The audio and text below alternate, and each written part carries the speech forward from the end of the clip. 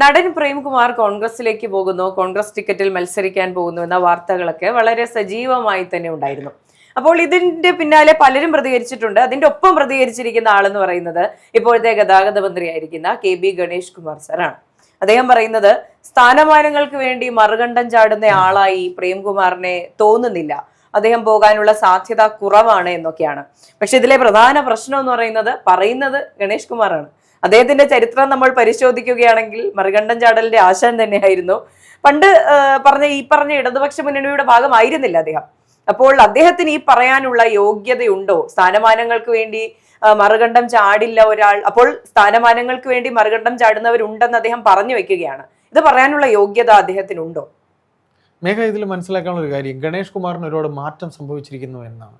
മുല്ലപ്പൂമ്പൊടി ഏറ്റുകിടക്കും കല്ലിനുമുണ്ടാം സൗരഭ്യം എന്ന് പറയുന്ന പോലെ CPM എന്ന് പറയുന്ന പാർട്ടിയിൽ പിണറായി വിജയൻ എന്ന് പറയുന്ന അവരുടെ അതിദേശീയ നേതാവ്, ഞാൻ പറയുന്നതിൽ തെറ്റുണ്ടെങ്കിൽ ക്ഷമിക്കുക ആ ഉച്ചാരണത്തിൽ, അവരുടെ നേതാവിനോടൊപ്പം നിന്ന ഗണേഷ് കുമാർ ഇപ്പോൾ ഒരു തനി CPMലെ യഥാർത്ഥ കോമ്രേഡുകളെക്കാൾ വലിയൊരു കോമ്രേഡായി തീർന്നിരിക്കുകയാണ്. അതായത് അവരുടെ കോമ്രേഡ് എന്ന് പറയുമ്പോൾ അവരുടെ സഖാക്കൾ ഈ പാർട്ടി CPM എന്ന് പറയുന്ന പാർട്ടിയെ സംബന്ധിച്ച് അവർക്ക് എന്ന് പറയുന്നത് ഈ പാർട്ടി കൂർ എന്ന് പറഞ്ഞൊരു സാധനം ഉണ്ടല്ലോ, അതുള്ളവരാണ് ഇങ്ങനെയൊക്കെ പറയാറുള്ളത്.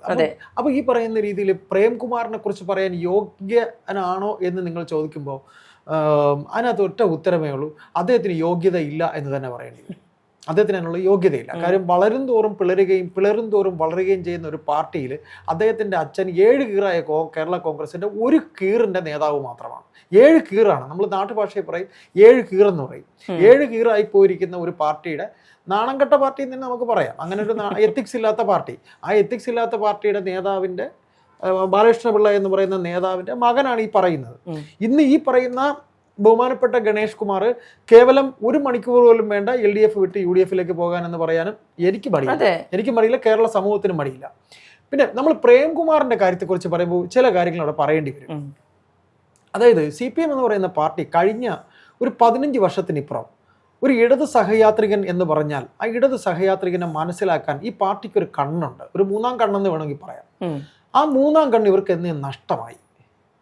ഒരു ഇടത് സഹയാത്രികന് ചില ഗുണങ്ങളുണ്ട്, അയാൾക്ക് ആ ഒരു പാർട്ടിയോടൊരു സ്നേഹമുണ്ടാകും. മമ്മൂട്ടി ഒരു ഇടത് സഹയാത്രികൻ തന്നെയാണ്. മമ്മൂട്ടി അന്നും അതെ ഇന്നും അതെ ഒരു ഇടത് സഹയാത്രികനാണ്. അതവർക്ക് തിരിച്ചറിയാൻ കഴിഞ്ഞു, അതവരുടെ പ്ലസ് പോയിന്റ്. പക്ഷേ അത്തരത്തിൽ ഇടത് സഹയാത്രികരെ കണ്ടെത്താൻ ഇവർ പരാജയപ്പെട്ടു പോവുകയാണ്. മേഘയ്ക്ക് ഓർമ്മയുണ്ടെന്നറിയില്ല, കവി കടമ്മനിട്ട സ്ഥാനാർത്ഥിയായിരുന്നു പത്തനംതിട്ടയിൽ, CPMന്റെ സ്ഥാനാർത്ഥിയായിരുന്നു. MK സാനു ഇവിടെ കൊച്ചിയിൽ സ്ഥാനാർത്ഥിയായിരുന്നു. ഇവരെല്ലാം ഇടത് സഹയാത്രികരായിരുന്നു. ഇടത് സഹയാത്രികർ എന്ന് പറയുമ്പോൾ നമ്മൾ ഈ പറയുന്ന പോലെ ഈ പാർട്ടിക്ക് ഒരു 3ാം കണ്ണുണ്ട്. അവർ ശ്രദ്ധിക്കും, ഇവർ നമുക്ക് വേണ്ടി സംസാരിക്കുന്നവരാണ്, അവരെ നമ്മുടെ സ്ഥാനാർത്ഥിയായി നിർത്തണമെന്ന്. അത്തരത്തിൽ ഒരു 3ാം കണ്ണ് ഈ പാർട്ടിക്ക് എന്നേ നഷ്ടമായി. അതെ, പ്രേംകുമാറിന്റെ കാര്യം പറയുകയാണെങ്കിൽ കൊടുത്ത ഉത്തരവാദിത്തം വൃത്തിയായി ചെയ്തൊരു വ്യക്തിയാണ്. പ്രേംകുമാർ ഒരു പകരക്കാരനാണെന്നും പകരക്കാരനായി വന്ന പ്രേംകുമാർ ഇത് ചെയ്തു എന്നും സജി ചെറിയാൻ പറയുമ്പോൾ പ്രേംകുമാർ പാർട്ടിയിലെ കൂറുള്ള ആളല്ല എന്ന് തന്നെയാണ് അദ്ദേഹം പറഞ്ഞു വെച്ചത്. അദ്ദേഹം ഒരു ഇടത് സഹയാത്രികൻ അല്ലായിരുന്നു, ഞങ്ങൾക്കൊരു പകരക്കാരനെ വേണമായിരുന്നു. അദ്ദേഹം ചലച്ചിത്ര അക്കാദമി വൈസ് ചെയർമാനായിരുന്നു, അദ്ദേഹത്തെ ഞങ്ങൾ വെച്ചു. അതിനർത്ഥം എന്താണ്? പ്രേംകുമാർ സഹയാത്രികനല്ല എന്നല്ലേ? എങ്കിൽ പിന്നെ സഹയാത്രികനല്ലാത്ത ഒരാളിന് ഈ പോസ്റ്റ് പൊളിറ്റിക്കൽ പോസ്റ്റാണ്, രാഷ്ട്രീയ പോസ്റ്റാണ്, രാഷ്ട്രീയക്കാരാണ്, എന്തിനാ അദ്ദേഹത്തിന് അവിടെ വെച്ചു? അത് തന്നെ ഈ പാർട്ടിയുടെ ഏറ്റവും വലിയ തെറ്റ്. അപ്പോൾ സജി ചെറിയാൻ പറഞ്ഞത് ഏറ്റവും വലിയ തെറ്റാണത്. അതൊരിക്കലും അദ്ദേഹത്തെ അപകീർത്തിപ്പെടുത്തുന്നതിന് തുല്യമാണ്. അത് ഇവരുടെ മനസ്സിൽ അദ്ദേഹത്തിന് അങ്ങനെ വലിയ വില കൊടുത്തില്ല. നീ വെറും ഒരു ടെമ്പററി ആയിരുന്നു. അത് മേഘ ഒന്ന് ഓർത്തു നോക്കുക. ഒരു ചെറിയ ഉദാഹരണം പറയാം. 11 അംഗ ടീമുള്ള ഒരു ഫുട്ബോൾ ടീം എന്ന് വെക്കുക. ഈ ഫുട്ബോൾ ടീമിൽ പ്രമുഖനായ ഒരു കളിക്കാരന് പരിക്ക് പറ്റുമ്പോൾ പകരക്കാരനായി ഒരാളെ കളിക്കാൻ ഇറങ്ങി അയാൾ ഒരു 2 ഗോളൊക്കെ അടിച്ച് ടീം വിജയിച്ച് കഴിഞ്ഞ് കപ്പ് നേടിയിട്ട് ആ അടിച്ച ഗോളിനോ ആ നേടിയ കപ്പിനോ വിലയില്ലെന്ന് പറയുമ്പോൾ ആ കളിക്കാരന് എന്ത് വിലയാണുള്ളത്? പിന്നെ എന്തിനാണ് ഇങ്ങനെ ഇവർ കാണിക്കാൻ പോയത്? അതാണ് ഇന്നത്തെ CPM. പിന്നെ പ്രേംകുമാറിനെ സംബന്ധിച്ച് പ്രേംകുമാർ ഒരു ഇടത് സഹയാത്രികനാണെന്ന് എനിക്ക് തോന്നിയിട്ടില്ല. എൻ്റെ ഈ പ്രായത്തിനിടയ്ക്ക് ഞാൻ കണ്ട സിനിമകളിലോ അദ്ദേഹം ആകപ്പാടെ കൃഷ്ണപിള്ള എന്ന് പറയുന്ന ഏതോ സഖാവ് കൃഷ്ണപിള്ള എന്ന ഏതോ ഒരു സിനിമ അഭിനയിച്ചിട്ടുണ്ട്. അല്ലാതെ അദ്ദേഹം ഒരു ഇടത് സഹയാത്രികൻ. എൻ്റെ ബ്രദർ എനിക്കറിയില്ല, എൻ്റെ ബ്രദർ ഒരു നാടകക്കാരനുണ്ട്, അയാൾ മരിച്ചുപോയി. അപ്പോൾ ഈ ബ്രദർ എന്നോട് പറഞ്ഞിട്ടുണ്ട്, ഇയാൾ നാടകം കളിക്കാൻ പോകുന്ന ചരിത്രവും നമ്മൾ ഈ കാണുന്നതിനുപരി ഇദ്ദേഹത്തെക്കുറിച്ചുള്ള ചരിത്രം നമുക്കറിയാം. അദ്ദേഹം അമച്ചർ നാടക പ്രസ്ഥാനത്തിലൂടെ സിനിമയിൽ വന്ന ഒരാളാണ്. അപ്പൊ അദ്ദേഹത്തിന് അങ്ങനെ ഒരു കമ്മ്യൂണിസത്തോടോ ഇടതുപക്ഷത്തോടോ CPMനോടോ ഒരു ആഭിമുഖ്യമില്ലാത്ത ഒരാളാണ്, ഒരു നടനാണ്.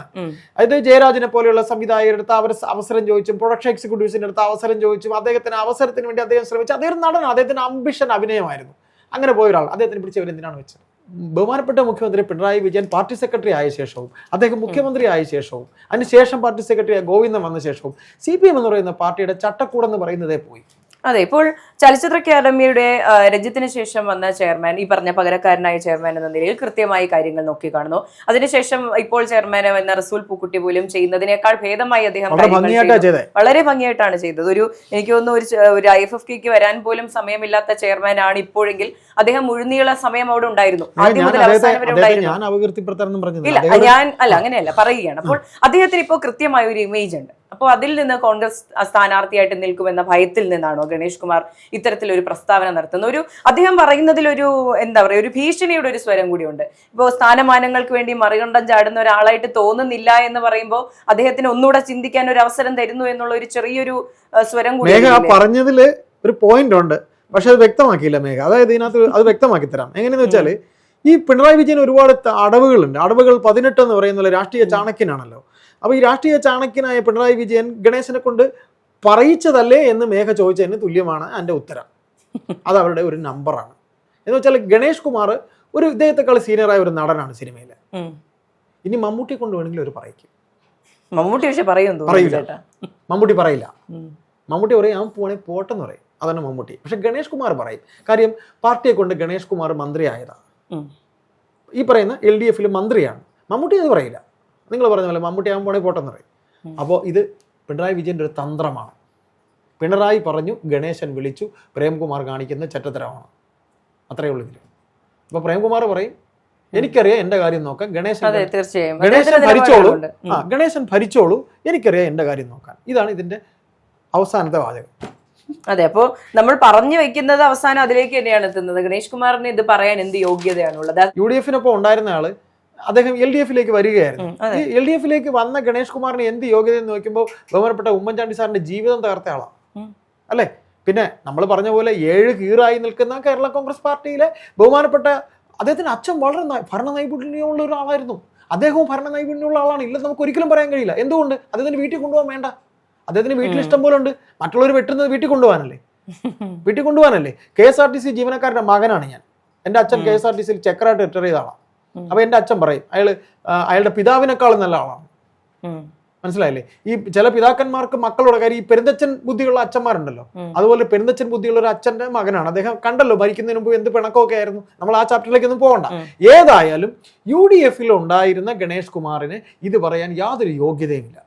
7 കീറായിട്ട് നിൽക്കുന്ന കേരള കോൺഗ്രസ്, എപ്പോൾ വേണോ മറുകണ്ഠം ചാടുന്ന കേരള കോൺഗ്രസ്, എത്തിക്സ് ഇല്ലാത്ത കേരള കോൺഗ്രസ്, അതിലൊരു കേരള കോൺഗ്രസ്സുകാരനായ ഗണേശന് എന്ത് യോഗ്യത? പിന്നെ സിനിമയിൽ സീനിയർ ആയിരിക്കാം. അത് ഇതിൽ നമ്മുടെ ക്ലോസ് എന്ന് പറയുന്നത് പിണറായി പറഞ്ഞു, ഗണേഷ് കുമാർ വിളിച്ചു, പ്രേംകുമാർ പോടാ എന്ന് പറഞ്ഞു.